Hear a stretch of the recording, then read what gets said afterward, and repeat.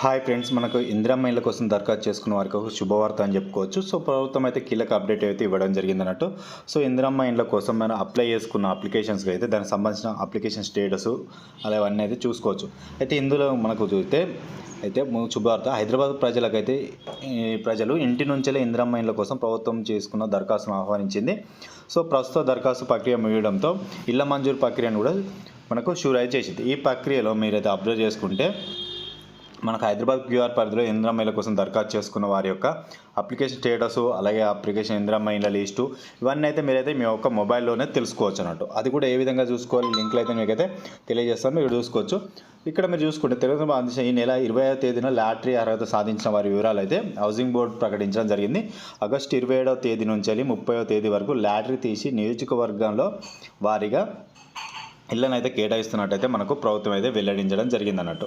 So ప్రభుత్వం మొత్తం 6 నియోజకవర్గాలలో అర్హులైన వారి నుంచి దరఖాస్తులు స్వీకరించినట్టయితే మనకు ప్రభుత్వం అయితే వెల్లడించడం జరిగింది.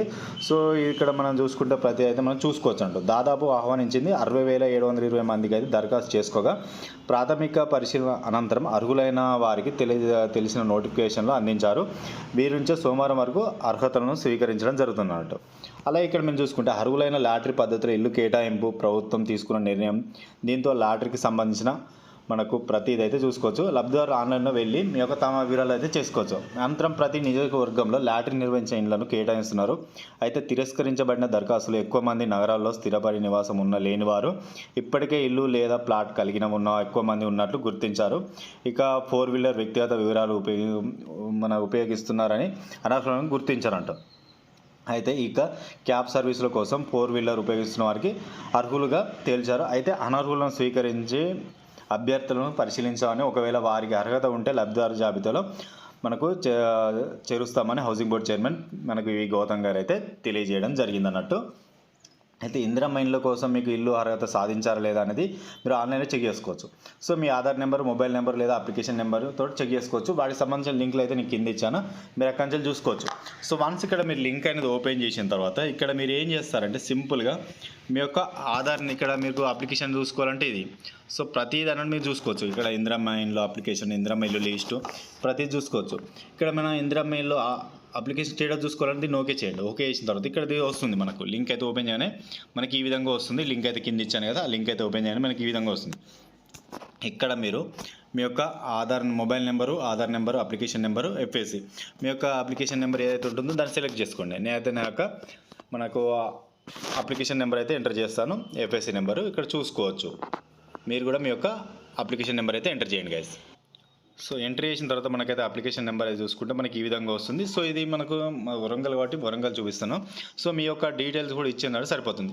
సో ఇది కాకుండా మనకు అఫీషియల్గా ఇంకో నెంబర్ కూడా ఇచ్చారు, అప్లికేషన్ లింక్, అది కూడా ఓపెన్ చేస్తాను. లింక్ అది కూడా కింద ఇస్తాను, దాన్ని కూడా ఓపెన్ చేయొచ్చు. సో చాలామంది ఏమనుకుంటే లిస్టెడ్ 2 ఉన్నాయి, అన్ని అప్లికేషన్ అయితే చేంజ్ అవ్వడం జరిగింది.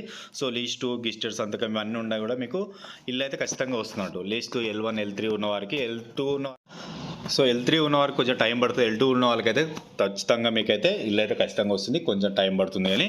అలాగే ఇంకో అప్లికేషన్ నెంబర్ కూడా ఉంటుంది. సో ఆ లింక్ కూడా కింద ఇస్తాను.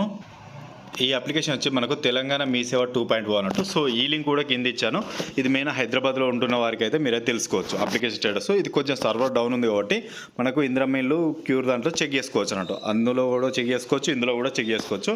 సో ఈ లింక్ అనేది ఓపెన్ చేయడం మనకి ఈ విధంగా వస్తుంది. ఇక్కడ మనకు పైన కనిపిస్తుంది రెడ్ కలర్లో, ప్లీజ్ క్లిక్ ద ఇందిరమ్మ ఇల్లు అప్లికేషన్ స్టేటస్ అని, దీన్ని క్లిక్ చేయండి.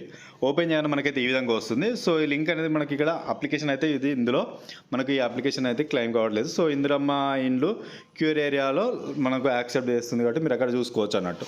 సో ఇప్పుడైతే మీరైతే ఇందులో కాకుండా మీరు అందులో కూడా చెక్ చేసుకోవచ్చు అన్నట్టు. సో ఇందులో ఒకవేళ మీకు అప్లికేషన్ ఓపెన్ అయితే ఇందులో కూడా చూసుకోండి గైస్. తప్పకుండా మీకైతే ఇందిరమ్మ ఇళ్ళకి సంబంధించి మీకు డౌట్ ఉంటే నాకు మెసేజ్ చేయండి, నాకు రిప్లై ఇస్తాను.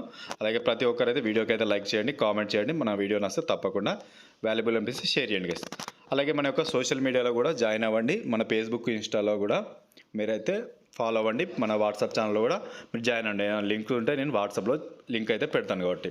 Thank you for watching my dear friends. Thank you.